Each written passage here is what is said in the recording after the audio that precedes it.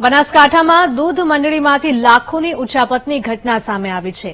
વડગામની હસનપુર દૂધ મંડળીમાં 28,10,000ની ઉચાપત કરાઈ હોવાનું સામે આવ્યું છે।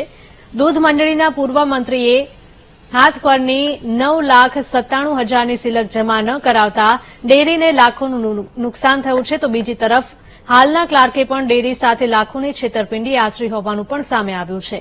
ક્લાર્કે પશુદાણની બોરીઓ વેચીને પૈસા જમા ન કરાવી છેતરપિંડી કરીને લાખોની ઉચાપત કરી હોવાનું સામે આવ્યું।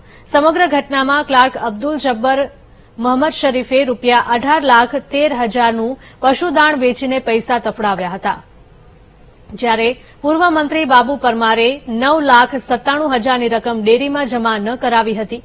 દૂધ મંડળીમાં રજિસ્ટ્રાર કચેરી દ્વારા હાથ ધરવામાં આવેલા ઇન્સ્પેક્શનમાં છેતરપિંડીનો ખુલાસો થતા ચકચાર મચી છે, ત્યારે સમગ્ર ઘટનામાં આરોપી ક્લાર્ક અને પૂર્વ મંત્રી સામે વર્તમાન ચેરમેને ફરિયાદ નોંધાવી છે।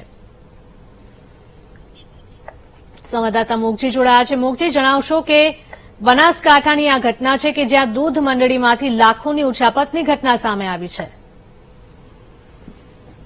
વડગામની હસનપુર દૂધ મંડળીમાં 28.10 લાખની ઉચાપતનો મામલો સામે આવ્યો છે। તત્કાલીન જે મંત્રી હતા તેમને હાથ પરની સિલક જમા ન કરાવી અને ઉચાપત કરી હતી, તો જે ક્લાર્ક હતા તેમણે જે દાળની બોરીઓ વેચી અને તેના પૈસા જમા કરાવ્યા ન હતા, અને આ બંને જે મંત્રી અને ક્લાર્ક હતા તેમને 28.10 લાખની જે ઉચાપત કરી હોવાનો મામલો સામે આવ્યો છે।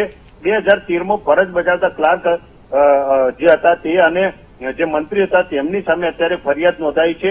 એટલે કે જે મંત્રી દ્વારા 18.13 લાખ અને તત્કાલીન જે મંત્રી હતા તેમના દ્વારા 9.17 લાખની ઉચાપત કરી હોવાનું સામે આવ્યું છે, અને રજિસ્ટ્રાર કચેરી દ્વારા કરાયેલા ઇન્સ્પેક્શનમાં મંડળીમાં ઉચાપત થયાનું સામે આવતા મંડળીના ચેરમેન અને જે ક્લાર્ક હતા તેમની સામે વડગામ પોલીસ મથકે ફરિયાદ નોંધાઈ છે, અને ફરિયાદ બાદ પોલીસે તપાસ હાથ ધરી છે।